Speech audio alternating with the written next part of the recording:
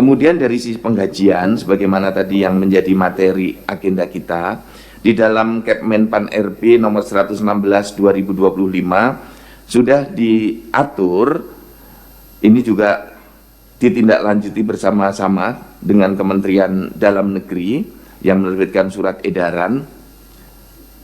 Silahkan ditampakkan di slide. PPK paruh waktu diberikan upah sesuai dengan ketersediaan anggaran di instansi pemerintah, ini di diktum pertama.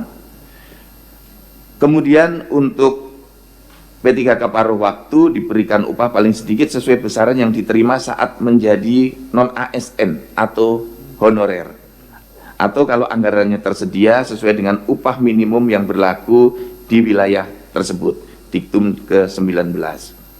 Sumber pendanaannya dapat berasal selain dari belanja pegawai sesuai dengan ketentuan peraturan perundang-undangan.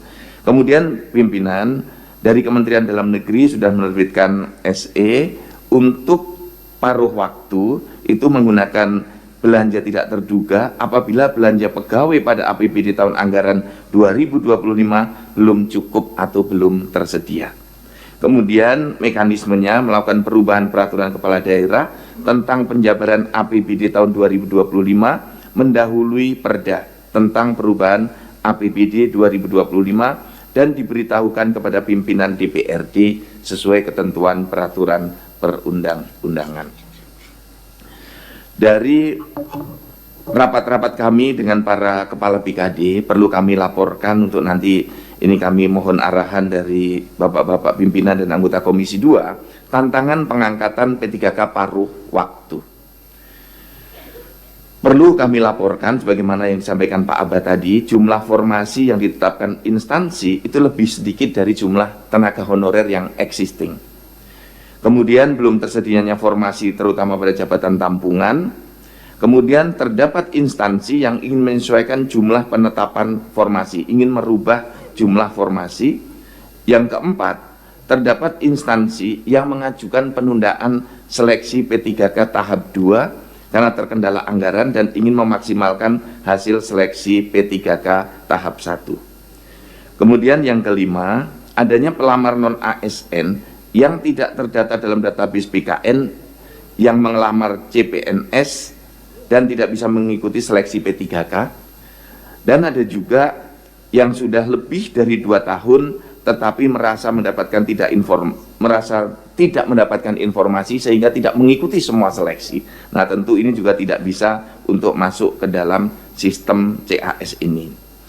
Kemudian yang keenam, bagi pegawai non-ASN yang tidak terdata dalam database BKN menjadi tanggung jawab kementerian, lembaga, dan pemerintah daerah masing-masing dengan mempertimbangkan ketersediaan anggaran dan peta kebutuhan di masing-masing instansi.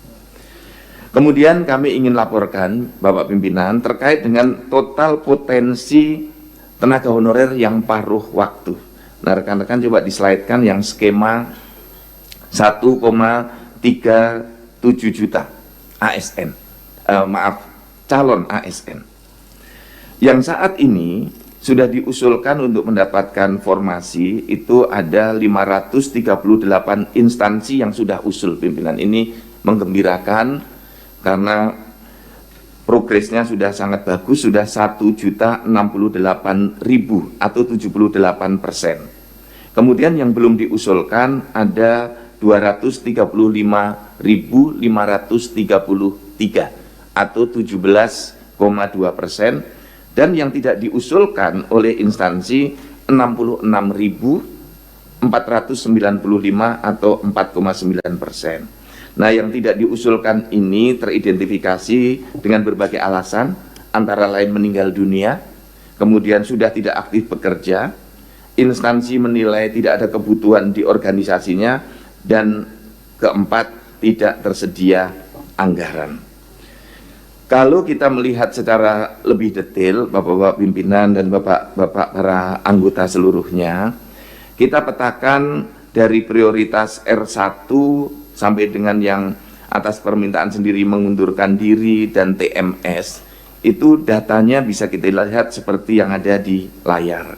Dari potensinya 1,37 juta, sudah diusulkan 1.068.000, ditolak 66.000, dan belum diusulkan 235.533 orang.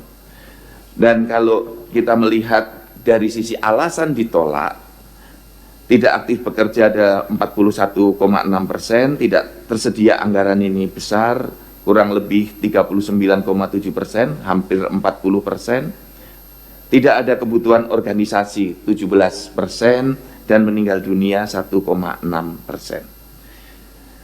Bapak dan Ibu, ada juga dari data yang ditolak tidak diusulkan tadi, ASN-nya, itu kalau kita lihat 10 instansi yang paling banyak jumlah ASN-nya yang ditolak, sudah pasti ditolak menjadi bagian dari 66.000 itu, misalnya Kabupaten Mamuju, Provinsi Jawa Barat, Jawa Timur, DKI Jakarta, Kabupaten Tuban, Kota Malang, Kabupaten Sumba Barat, Kabupaten Bekasi, Kota Blitar, dan Kabupaten Boyolali. Ini yang 10 besar jumlahnya terbanyak. Yang di bawah ini masih banyak yang ditolak datanya yang sudah disampaikan oleh BKN ke instansi.